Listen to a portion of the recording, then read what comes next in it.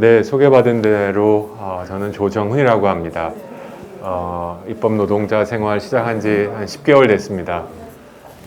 이제 살짝 익숙해지는 것 같아서 좀 두렵습니다. 어제 그제 집을 가는데 아직 시간이 남아서 지하철을 타고 갔는데 살짝 어색하더라고요. 큰일 났다 싶었습니다. 어색해지면 안 되겠다 싶어서 오늘 아침 며칠 전부터 따릉이를 타고 출근하고 있습니다. 허벅지가 끊어질 것 같아요. 체력도 그만큼 약해졌구나 느끼고 있습니다. 1시간이죠? 네. 어떤 강의도 강의 시간을 초과하면 이게 명강의가 안 되거든요. 정확하게 끝내도록 하겠습니다. 이 시간이 7시 6분입니까? 예. 제가 아주대학교에 좀 있었습니다.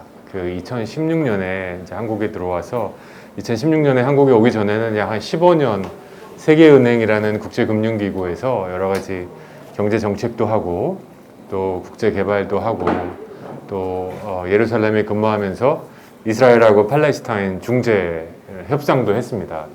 2016년에 아주대에 들어와서 통일연구소에서 이제 연구소장을 맡아서 4년 정도 있었고요. 딱 1만 시간 채웠습니다. 여러 가지 연애 문제도 있었지만 제 생각에 한국에서 정치하기 위해서 가져야 될 두 가지 숙제, 하나는 먹고 사는 문제에 대한 답, 또 하나는 이제 남북 관계에 대한 답. 이 두 개에 대한 답이 없는 사람은 답이 있어야 대한민국에서 정치를 할 수 있다라는 생각을 했었는데 이국종 교수님이란 분이 계셨어요. 그 중증외상센터. 한 번은 저희가 모셔가지고 특강을 들으려고 학교마다 가장 큰 대강당 있지 않습니까? 한 200명, 300명 모여서 듣는 그 강당에서 근데 그 이국종 교수님이 좀 유명하잖아요. 근데 딱 들어오시더니 2시간 반 강의 예정이었습니다. 슬라이드 그 메일로 주고받을 수 없을 정도의 많은 자료 준비해 놓고 있었는데 딱 들어오시더니 뭐 강의는 강의야 아무거나 물어봐. 2시간 반 동안 Q&A를 하시는데 정말 한편의 무슨 짜릿한 영화 보는 것 같았습니다. 제가 그 뒤로 꿈이 아무거나 물어보세요 했는데 그러기엔 제가 아직 내공이 부족해서 아주 짧은 그냥 발표를 하도록 하겠습니다.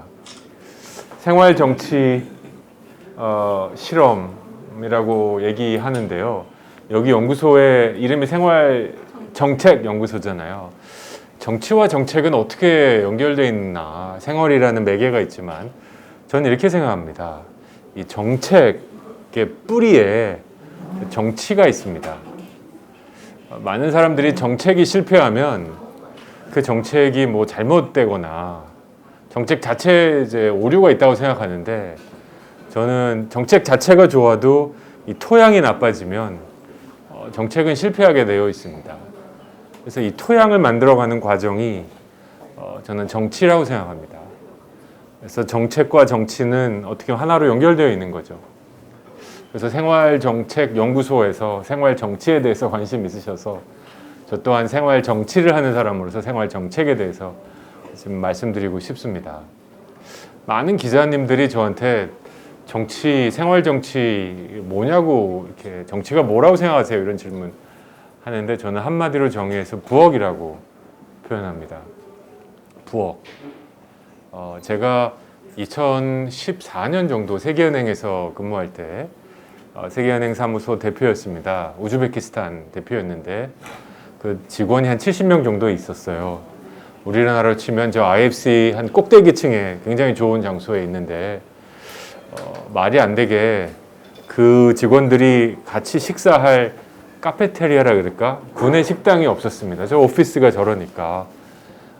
그래서 직원들이 점심을 이렇게 자기 샌드위치나 샐러드를 자기 책상 앞에서 먹는 걸 보고 조금 그렇다. 이 점심시간이란 게 뭐 밥 먹는 시간이기도 하지만 서로 교주하고 교류하는 시간이잖아요. 그래서 제가 갖고 있는 판공비를 다 탈탈 털어가지고 그 세계은행 사무소에 있는 도서관을 깨부셨습니다. 도서관을 깨부셔서 이 소위 그 아일랜드 키친, 요새 분들이 좋아하는 스탠딩 키친, 우즈베키스탄에서 잘 몰라가지고 미국에 있는 아이키아 그림 갖다가 만들었습니다. 거의 한 1억 쓴 것 같아요. 그렇게 일을 하고, 참고로 이제 세계은행에서 우즈베키스탄에 사부 굉장히 많이 합니다. 1년에 약 1빌리언, 1조 원 이상 차관이 나갑니다. 우즈벡 예산의 상당 부분을 저희가 차지하죠. 또 굉장히 어려운 일도 많았습니다. 근데 제가 가장 인상적이었던 게 거기서 아직도 아동 노동, 강제 노동 문화가 좀 있었습니다. 이 목화를 따는데 목화 따는 수학에 공무원과 아이들을 막 동원해요. 학교도 다 쉬고. 그걸 좀 이렇게 정리를 했었습니다. 이제 우여곡절 그때 한국에 들어오게 되었는데 이제 이렇게 60명이 이제 직원들이 모여서 제가 기대했던 거는 뭐 아동 노동을 금지해줘서 고맙다. 1조 원 차관 잘 이렇게 집행해줘서 고맙다 얘기했는데 이구동성으로 제 3년 임기에 가장 고마운 건 다름 아니라 이 카페다. 이 부엌 만들어준 거다. 좀 굉장히 좀 많은 충격과 생각을 했습니다. 그래갖고 저도 모르게 직원들이 자기네 그 사비를 들여서 이런 조그만 그 판넬이라 그럴까 그 플레이크를 해가지고 이 부엌은 In Remembrance of 정훈초 이렇게 해가지고 저를 기념해주는 붙여줬는데 제가 15년 일하면서 세계은행 총재로부터 표창도 받아봤고 뭐 별의별 거 다 받아봤는데 그게 제 인생에 제일 남습니다. 정치 부엌이구나. 그리고 큰 얘기, 담대한 얘기, 뭐 큰 아젠다 필요하지요. 근데 살아가는 사람들의 그 삶의 그 퍽퍽함, 내가 살면서 느끼는 그런 불편함을 건드려주는 것이 정치의 본질이구나. 정치는 부엌이구나. 라는 생각을 하면서 한국의 정치를 이제 준비하게 되었죠. 저는 들어오면서 또 한 가지 확신을 한 계기가 이제 국회에 이제 출근을 하니까 매번 이제 국회 문을 통과해야 되는데 5월달 이제 개원하면서 지금도 거의 예외 한두 개를 제외하고는 국회 앞에서의 시위가 대부분 다 생계형 시위예요. 우리 선배들과 같은 그런 데모 막 우리 이거 제가 몇 장 준비해 왔는데 저희 팀이 준비한 이런 막 고문 없는 세상에 살고 싶다 이런 거 많죠 않죠. 대부분 다 이제 생계형 시위로 바뀌었습니다. 이제 삶의 우리 유권자들, 우리 시민들의 그 목소리가 어디로 바뀌고 있는지를 정확히 알아야 된다고 생각합니다. 그리고 제가 생활 정치에 왜 또 집착하느냐? 저는 이제 세대적으로 70년대생입니다. 이제 몇몇 분들에게는 와 나이 참 많이 들었다 하고 몇몇 분들에게는 아유 애구나 그러실 텐데요. 세대적으로 제가 대학을 갔더니 학생운동이 끝났어요. 학생운동 조금 있었는데 뭐 주요 이슈는 뭐 등록금 자유화 뭐 이런 정도였어요. 뭐 민주주의 쟁취 이런 건 이제 다 끝난 상황이었습니다. 또 마침 이제 지금은 너무 자연스럽지만 해외여행 자유화. 그래서 정부 허가 없이 여행에 갈 수 있는 첫 세대가 저희였습니다. 그래서 소위 배낭여행, 또 워킹 홀리데이 이런 게 정말 한 번쯤은 가야 될 필수가 되는 새로운 문화에서 대학 생활을 했습니다. 세상 좋은가 보다 하고 딱 졸업을 했는데 IMF가 터졌습니다. 우리 선배들이 교수님들이 얘기했던 공부 필요 없어 그냥 아무데나 가도 먹고 살 수는 있어 이 얘기가 사실이 아니라는 걸 졸업하면서 깨달았습니다. 그래서 저는 항상 우리 선배 의원들한테 이렇게 얘기합니다. 우리 세대 또 후배님 세대들은 한 명이라도 종업원 고용해서 월급 주는 사장님이 얼마나 위대한지 안다. 그리고 그 사장님 비위 맞춰가면서 월급 받은 사람의 삶도 나는 이해한다. 근데 월급 안 받아본 사람이 이거 이해하기 어려울 거다. 영웅들의 집합이라고 국회를 생각하면 무슨 회장님, 뭐 의장 출신이다. 뭐 학생운동회 때 뭐 내가 감옥을 한 어떤 의원실은 이런 말도 해요. 우리 방 총 40년이다. 이게 무슨 뜻인지 아십니까? 의원 포함해서 이제 보좌진들이 감옥에 갔다 온 연수를 합치면 40년이다. 우리 앞에 뭐 고개를 숙여라. 그것도 뭐 의미가 있다 생각합니다. 학생운동 하셨다는 뜻이죠. 근데 그런 시대는 이제는 어느 정도 이제 황혼에 접어들었다. 그리고 새로운 정치를 우리 유권자들이, 우리 시민들이 원하고 계신데 그건 다름 아닌 생활 그 자체다. 그래서 생활에 대한 이슈를 우리 선배님들은 굉장히 좀 가볍게, 큰 담론답지 않게, 야, 좀 큰 얘기 해야지, 정치인인데. 근데 저는 이것보다 더 큰 의제는 없다고 생각합니다. 앞으로 우리 생활인들이 먹고 사는 삶을 살아가면서 생활인들이 느끼는 그 퍽퍽함을 누가 더 정확하게 잡아내서 누가 더 효과적이고 빠르고 그리고 공평하게 풀어내느냐, 이 문제가 정치의 어쩌면 본질이 될 것이다 라는 생각합니다. 솔직히 우리 후배님들 또 제 동기들, 전 상과대학을 나왔습니다. 제가 정치하는 거 보고 되게 말렸어요. 야, 그 가성비 떨어지는 데 가서 뭐 하냐 너. 월급 적게 받는 건 뭐 네 선택이니까 네가 감당해야 된다고 해도 기여하는 게 그렇게 많다고 생각하냐 사회에. 그분들이 한마디를 저한테 던졌는데 제 머리에 띵 하고 남는 표현이 하나 있습니다. 대한민국은 이미 민주주의 위에 자본주의 있어. 민주주의 위에 자본주의 있는데 뭐 자본주의에서 잘 살던 네가 왜 갑자기 민주주의로 내려가냐. 여러분들 어떻게 생각하세요? 대한민국에 민주주의 위에 자본주의 있습니까? 아니면 자본주의 위에 민주주의 있습니까? 민주주의와 자본주의가 같이 갑니까? 같이 가야 한다는 그런 당위적 생각 말고 현실이 어떻습니까? 쉽게 답하기 어렵죠. 이렇게 정치가 가성비가 떨어져 가고 역할에 있어서, 의미에 있어서 축소되는 그 가장 큰 이유는 시대를 따라가지 못하기 때문이다라고 생각합니다. 자본주의가 풀어내는 그 많은 솔루션들, 뭐 아이폰, 혁신 이런 것으로 우리 삶을 그렇게 맞게 만들어주고 있는데 정치는 그 가성비를 따라가지 못하고 있는 거죠. 정치가 푼 문제가 뭐가 있냐? 민주화 이후에 정치가 푼 문제가 도대체 뭐가 있냐? 기업이 한 거지. 그것도 대기업이 한 거고, 하다못해란 말은 아니죠. 뭐 벤처기업들이 다 혁신 만들어서 우리 사회가 바뀌는 거지. 정치가 바꾼 게 뭐가 있냐라는 질문에 우리 정치는 쉽게 답을 못합니다. 지금은. 그래도 정치가 없는 사회가 어딨냐? 정치 있어야 되지 않냐? 맞죠. 그런데 그 역할과 그 기능을 새로 탈바꿈하고 업데이트하지 않으면 우리 정치의 효용감은 더 떨어지고 정치라는 업에 들어오는 소위 사람들의 그 뭐라 그럴까, 면면이 뭐라고 표현될까, 예전과 같지 않을 거다, 뭐 이렇게 얘기하면 어떨까요? 그럴 가능성이 저는 아주 많다고 생각합니다. 그래서 앞으로 이 시대 정신을 잡기 위해서도, 시대 정신과 부합하는 정치를 하기 위해서도 이 생활인들의 삶을 풀어내려고 정치에 뛰어드는 사람들이 많아졌으면 좋겠다. 저는 민주주의가 자본주의와 싸우면 안 된다고 생각해요. 이 두 개가 싸우기 시작하면 좀 거친 싸움이 일어납니다. 이기고 지구의 문제가 아니고 자본주의가 갖고 있는 효율, 민주주의가 갖고 있는 공평함과 정의, 그리고 절차적 정당성이 잘 어울려야 되겠죠. 그러면 민주주의는 정치가 어디로 가야 되는지에 대한 생각을 해봐야 되고, 똑같이 이 정치도 자본주의가 어디로 가고 있는지를 이해를 해야 됩니다. 무조건 법으로 막고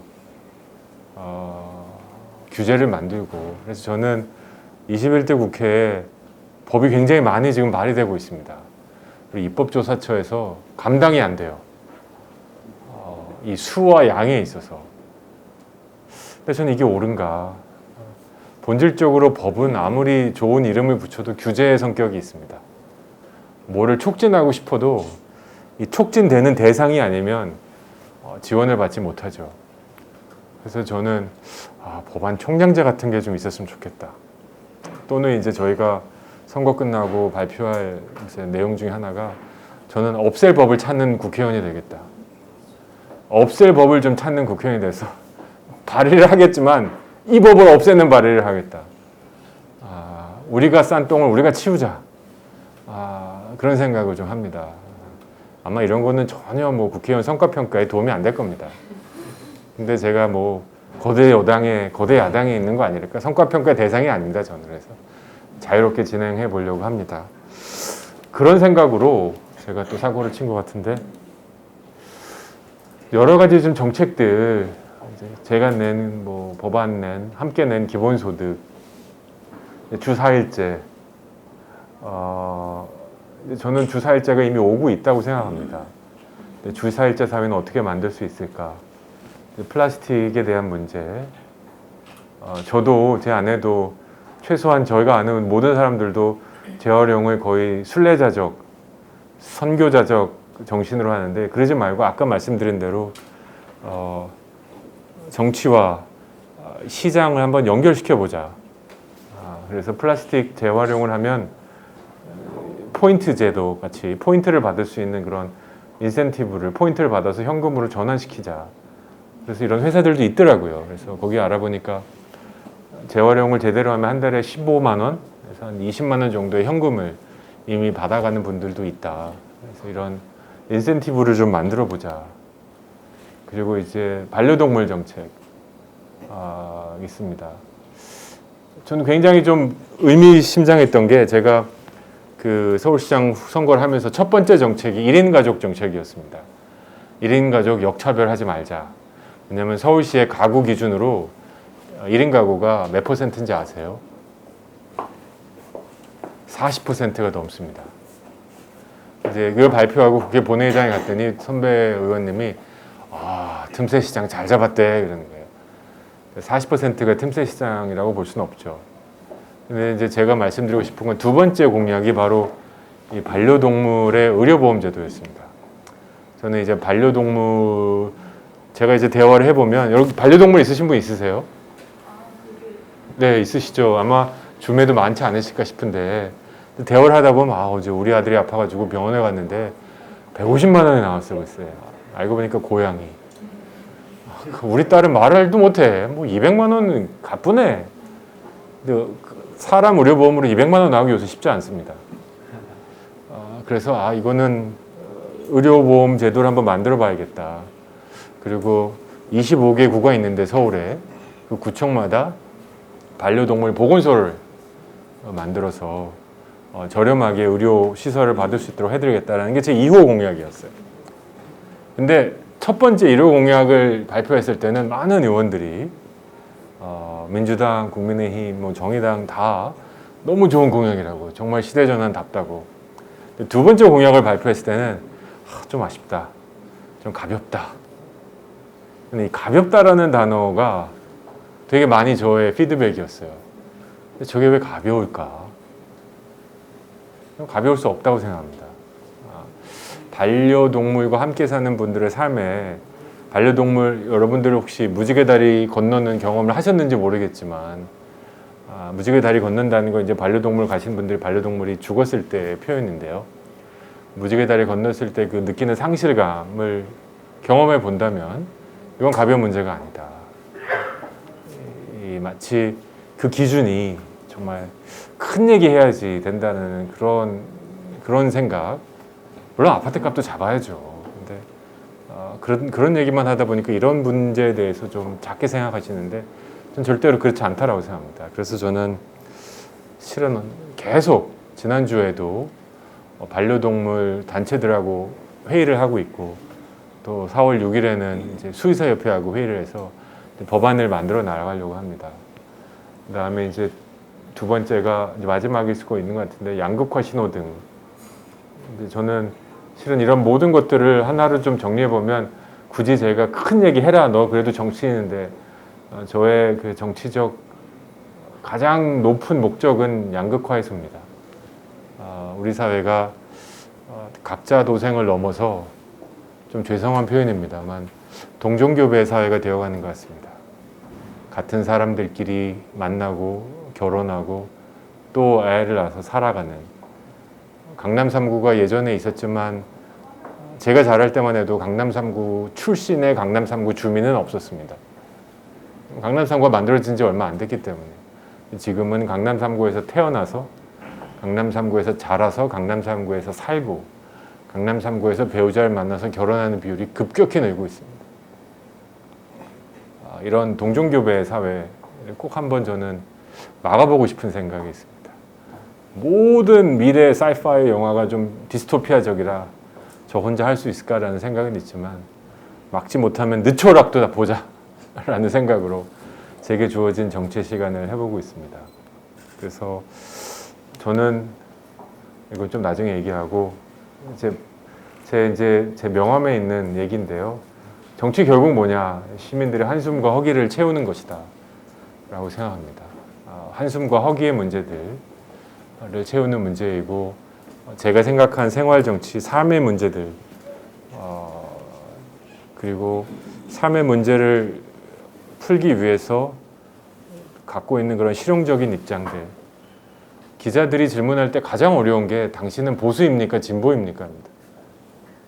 전 이런 질문 되게 어렵고 처음엔 저를 막 비난하는 저를 이해를 못하는구나. 막 1시간 인터뷰하고 나서 마지막 질문이 그래서 의원님 진보세요? 보수세요?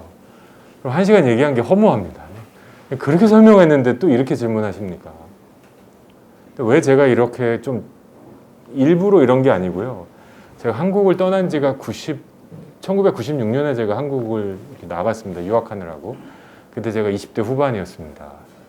2016년이니까 한 18년, 19년 외국에 있었죠. 이제 국제금융기구에 이사하면서 경제정책 그리고 협상 하면서 한국이 갖고 있는 이 좌우라는 패러다임의 언어에 제가 적응을 못했죠. 제 사전에 없어요. 그 단어들이. 그래서 저는 본회의장에서도 그 쉬는 시간에는 한 번은 민주당 벤치에 앉아서 놀다가 또 한 번은 국힘 벤치에 가서 놉니다. 아마 유일한 정치인일 거예요, 제가.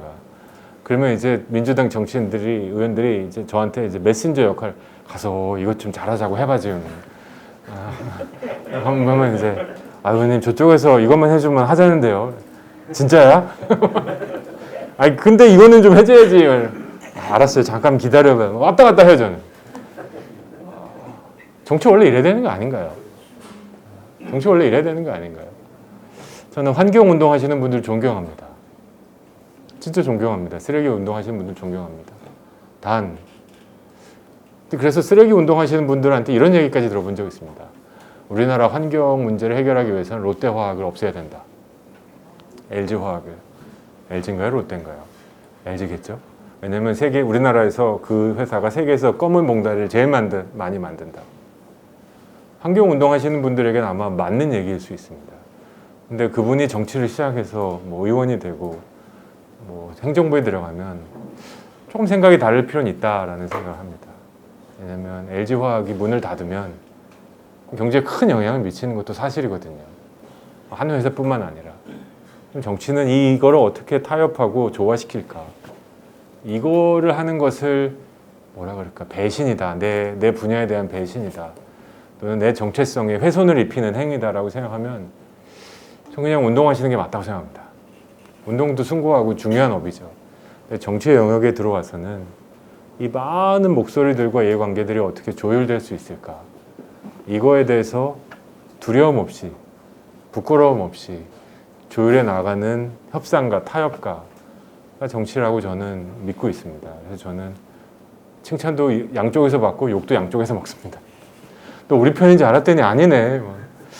저쪽 편인 것 같은데 우리 편인 것 같기도 하고. 근데 저는 제가 가야 될 비전에 대해서는 명확합니다. 양보하지 못하는 비전을 갖고 있습니다. 다만 그 길로 가는 과정은 뭐 수천 수만 가지가 있다고 생각합니다. 그리고 경우에 따라서는 다른 길을 선택할 수도 있고 부끄럽지 않습니다. 그런 정치를 계속 좀 만들어 가려고 하고요. 오늘 오신 분들 제가 우리 이사장님으로부터 살짝 들었는데 너무 쟁쟁하고 각 분야의 대가들 오셔가지고 좀 많이 듣고 싶습니다. 강의란 단어가 어울리지 않고 어쩌면 대화라는 단어가 어울리는 오늘 모임이라고 생각하고요. 제 얘기 여기까지 하고 남은 시간 그냥 Q&A 했으면 좋겠습니다. 네. 감사합니다. 많이 하지요. 아까 처음에 말씀드린 대로 대한민국에서 정치의 영역에서 봉사하고자 생각이 있는 사람은 남북관계에 대한 고민을 저는 해야 된다고 생각합니다. 우리 대한민국이 건국되는 과정부터 70년까지 이 분단이라는 그 사실을 고려하지 않고선 이해가 안 되죠. 다만 전 남북관계를 풀기 위해서도 지금의 대립적 그리고 굉장히 그 원론 중심의 그리고 우리 편 내 편의 이념적 정치에서 실용적 위치로 바뀌지 않으면 안 된다고 생각합니다. 전 남북관계에 대한 분명한 입장이 있는 사람이고 작년에 이인영 통일부 장관이랑 대정부 질문하면서 하여튼 틱탁 하고 그 뒤로도 계속 많은 얘기를 합니다. 저는 이제 민족주의 이제 끝내야 된다고 생각하는 사람입니다. 민족주의적 담론으로는 남북관계 풀 수 없다고 생각하는 또 다른 영역이 있지만 지금 제가 풀고 왜냐하면 지금 남북관계를 어떻게 애를 써도 되지 않은 어쩌면 준비기 이제 기다리는 시간이기 때문에 생활정치에 집중을 하고 있습니다. 그리고 감사하게도 의원 지금 현재 21대 국회에서 생활정치 또는 이런 비슷한 이유에 대해서 관심 있는 분들이 조금씩은 늘어나는 것 같습니다. 그래서 힘을 합쳐서 좀 해보겠습니다. 질문 제가 5월 달에 등원하고 좀 부끄러운 얘기지만 아마 초선으로서 가장 많은 인터뷰를 한 것 같습니다. 거의 뭐 100회 이상 한 것 같아요. 다들 이제 등원한 지 한 달도 안 되는데 이제 지역구 어디로 가시죠? 전 비례대표니까 지역구 어디로 가세요? 뭐 이런 얘기 하는데 제가 똑같은 대답했습니다. 아직 그런 거 잘 모르겠고 일단 국민 여러분들에게 시민 여러분들에게 전 죄송합니다. 제가 시민이라는 단어를 좀 쓰겠습니다. 저는 국민이라는 단어보다 시민이라는 단어가 적절한 것 같아서 시민 여러분들에게 좀 평가를 받아보고 싶다. 저 같은 정치인 진영 잘 모르겠고 문제 풀이하기 위해서는 이 집 저 집 다 돌아다닐 수 있다고 믿는 정치인 이념 이런 거에 대해서 가르쳐줘도 잘 모르겠고 거부 반응 일으키고 생활에 대해서 천착하는 사람들이 정치를 하는 게 맞다고 시민 여러분들이 말씀해 주시면 더 할 수도 있고요. 아니면 제 시간은 이 4년으로 끝날 수도 있고요. 전 그거에 대해서 미련은 없습니다. 왜냐면 저는 아주 개인적으로 정치가 제 개인에게 가성비가 그렇게 높은 업은 아닙니다. 그래서 정치 끝나고 하고 싶은 게 또 하나가 아직은 있는 그런 욕심도 좀 있는 사람입니다. 정치 외에. 그래서 이 4년 중에 이런 식의 정치가 국민들에게 어떤 효용감을 드리고 있을지 그래서 국민 여러분들이 어떻게 이런 정치를 평가하는지 평가를 꼭 한번 받아보고 싶다. 제가 서울시장 선거 나가면서 실은 이런 생각과 욕심이 좀 있었어요. 저희 공약들에 대해서 이제 토론회를 하면서 상당히 조금은 느낌은 느꼈습니다. 근데 하지만 선거를 끝까지 제가 단일화 과정에서 져서 못해서 그렇지만 저는 우리 국민 여러분들 굉장히 뭐라 그럴까 현명하신 분들이라 생각합니다. 왜 이렇게 이번 총선에서 여러 가지 정책들 특히 돈 주겠다는 정책들이 많은데 약발이 먹히지 않는가? 왜냐하면 선거하는 사람들이 시민들을 우습게 여긴다는 느낌 때문에 그래요. 사람이 돈을 줘도 이게 영이 있는 사람들이라 기분 나쁘게 주면 기분 나쁘거든요. 그렇죠? 너 이거 줄 테니까 나 찍어. 뭐 너 필요한 게 이거 아니었어? 이런 느낌을 줘서 그렇다고 생각합니다. 그래서 저는 그런 식의 정치가 아니라 진짜 그 유권자들로부터 나오는 생활의 불편함을 정책으로 만드는 사람들이 좀 늘어났으면 좋겠고 제가 부끄럽게도 아직 저는 제가 발의한 법안을 통과시키지 못했습니다. 하나도. 기본소득 법안 쉽지 않겠죠? 양극화 관련된 법안 쉽지 않을 거고 좀 어려운 법안을 많이 냈습니다. 그래서 남은 임기 중에 정말 이제 하나라도 문제를 부러뜨리자. 그래서 뭐 여야 할 것 없이 만나고 지금 합의하고 있고 고민할 때가 오겠죠? 그땐 제가 영웅님 찾아뵙고 자문을 좀 구하도록 하겠습니다. 저는 1인 가구 정책 그게 굉장히 관심이 많고요. 실은 제가 이번 선거 끝나고 이제 두 가지 캠페인을 시작합니다. 사회 캠페인을 시작하는데 하나가 이제 주 4일제에 대한 얘기입니다. 이제 주 6일제에서 주 5일제 온 지 한 16년 됐거든요. 주 4일제 캠페인을 시작하고 기업들과 이제 주 4일제 원하십니까? 네. 그래가지고 제가 4 days a week 주 4일제 하여튼 생각할 수 있는 모든 홈페이지를 다 선매해버렸습니다. 도메인을 다 사버렸습니다. 예. 그래서 이제 여기서부터 시작이다라고 했고요. 주 4일제 이따가 관심 있으면 질문 답변 드리고 이제 1인 가구 얘기를 좀 하고 싶습니다.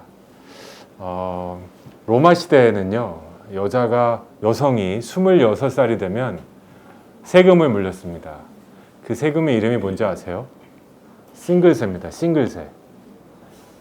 남자는 안 물렸고요. 여자가 26살이 되고 결혼을 안 하면 싱글세를 물렸는데 싱글세를 물린 논리는 출산을 안 해서 사회에 악을 끼친다 라는 거였습니다. 우리가 피식 웃어 넘기지만 대한민국의 많은 정책이 2021년에도 상당히 이런 거에 기초하고 있는 게 많습니다. 국민으로서의 의무가 결혼하고 출산하는 게 포함된 것처럼 저는 1인 가구 또는 비혼, 결혼하고 출산하고 이런 건 인생에 어떻게 보면 영어를 써서 죄송합니다만 라이프 초이스의 문제가 되어야 된다. 1인 가구를 불편하게 만들어서 부끄럽게 만들어서 결혼을 시키는 건 중세 정책도 아니고 고대 정책이다. 근데 생각해 보면 그런 정책들이 굉장히 많습니다, 여러분. 몇 가지만 말씀드리면 그 주택 청약 1인 가구가 만점이 몇 점인지 아세요? 1인 가구로서 받을 수 있는 만점이 54점이 됩니다. 나이가 48세를 꾸준히 들면, 왜냐면 부양가족 가산점이 없습니다. 참고로 서울에서 작년 청약 당첨자 최하가 60 몇 점이었습니다. 이분들은 혹시나 하는 마음에 들지만 당첨 안 됩니다. 저 단군 일의 최대 분양이라는 둔촌동 주공아파트 10,000가구 지금 청약 예정인데요. 1인 가구가 당첨받을 가능성 0%입니다. 저는 역차별, 두 번째 소득공제, 세액공제. 같은 돈 벌어도 누를 버튼 없습니다. 부양가족이 없으니까. 더 심각한 거, 1인 가구가 수술실 가서 수술 받으면 보호자를 적어내야 되는데 우리 현행법은 혼인관계 또는 혈연관계 아니면 보호자가 안 됩니다. 부모님이 떠나셨거나 없을 때 또는 여러 이유로 쓰기 싫을 때 수술을 못 받는 상황이 되어버립니다. 이런 얘기를 하면 제가 진짜로 등짝 스매싱 한번 당해봤습니다. 어르신한테. 너 같은 인간 때문에 우리 대한민국이 사람 출산이 안 되고 애가 줄어드는 거라고. 저 같은 인간 때문에 출산이 줄어드는 걸까요? 정말 그럴까요? 저는 그렇게 생각하지 않습니다. 1인 가구를 불편하게 만들어서 출산율을 올리겠다는 정책은 저는 바람직하지 않다고 생각합니다. 오히려 1인 가구로 살면서 여러 가지 이유로 이제 혼인을 하겠다 또는 출산을 하겠다라고 해서 자연스럽게 어떤 청년이 그러더라고요. 의원님, 정우님, 제가 일자리를 가질 것 같지도 않고 미세먼지가 주어질 것 같지도 않고 우리 부모님 형편에 제가 아파트 한 채 물려받을 것 같지 않은데 제가 왜 애를 낳습니까? 그 대비에 우리는 답할 수 없습니다. 여러분, 출산율이 대한민국의 0.8인데요.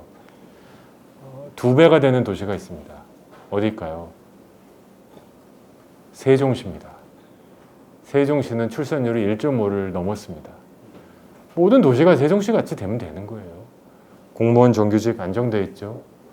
공립유치원이 10개나 있어가지고 부모가 선택해가죠. 대기자 이런 거 생각도 못하는 도시죠. 아주 안전 친화적으로 져가지고 애가 뛰놀아도 교통사고 당할 위험도 없죠. 2명, 3명 낳죠, 거기는. 이런 정책을 바꿔내야지 혼자 사는 사람들을 불편하게 만들어서는 안 된다.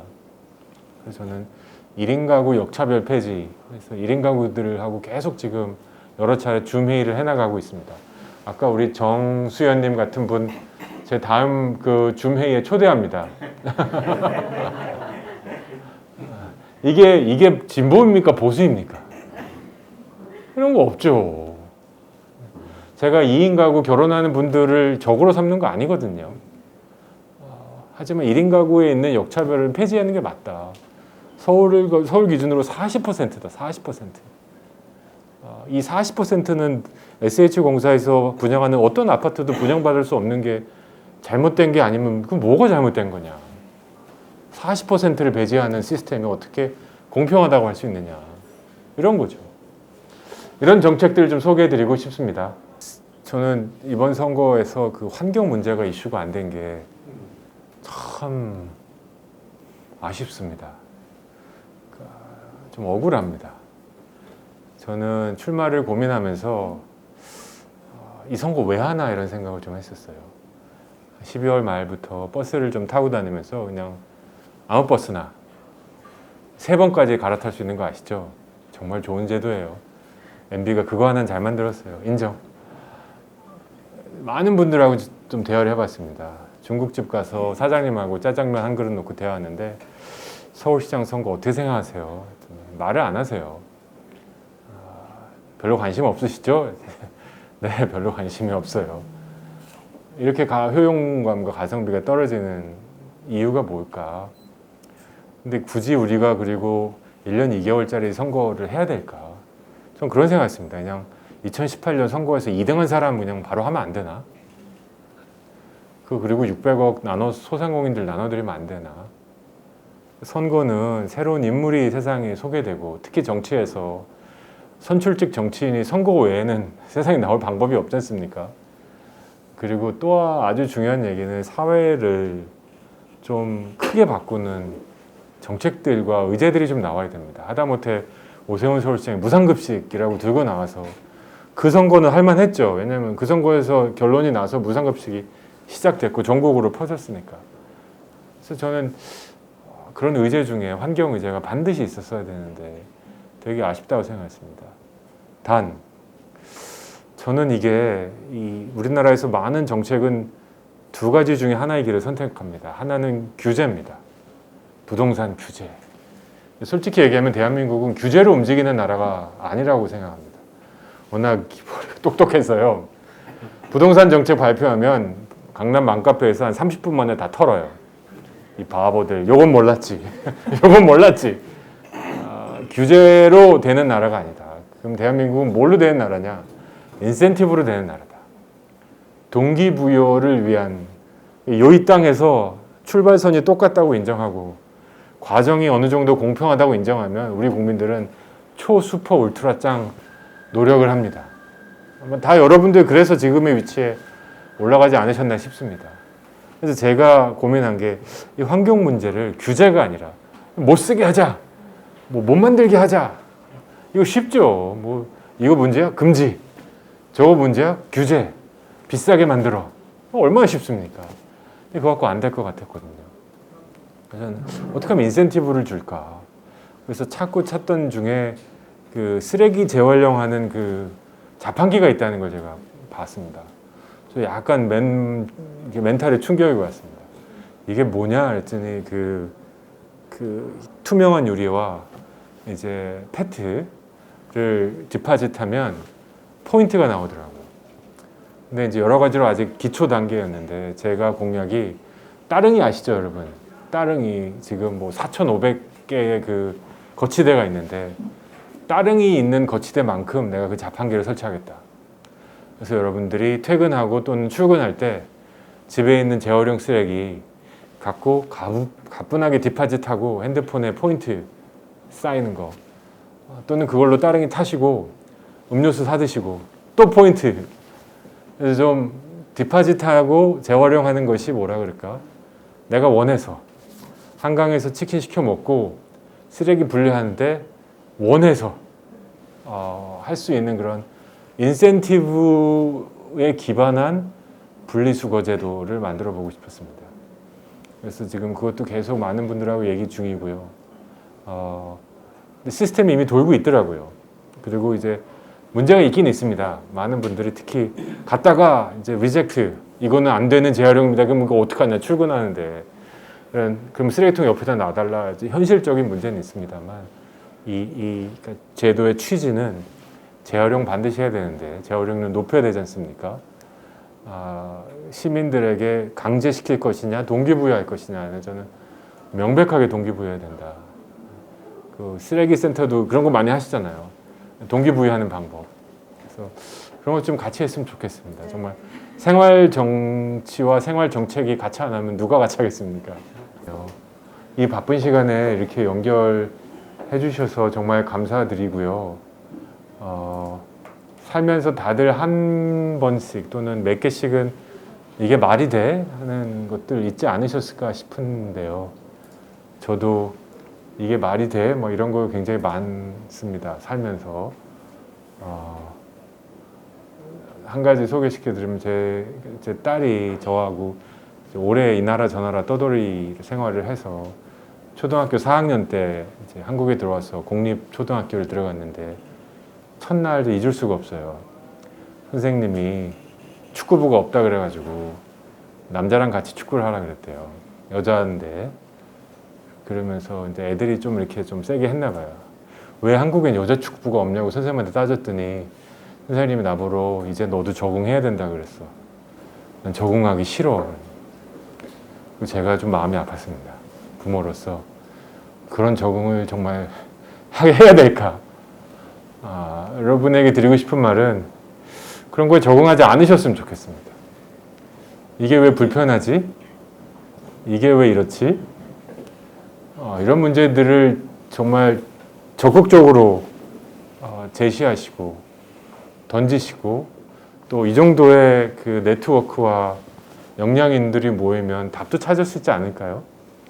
그리고 저 같은 정치인들을 숙주로 삼으시면 됩니다. 숙주로 삼으셔서 법도 발의하시고 목소리도 스피커로 사용하시면서 소위 선순환 과정을 만들어 갔으면 좋겠습니다.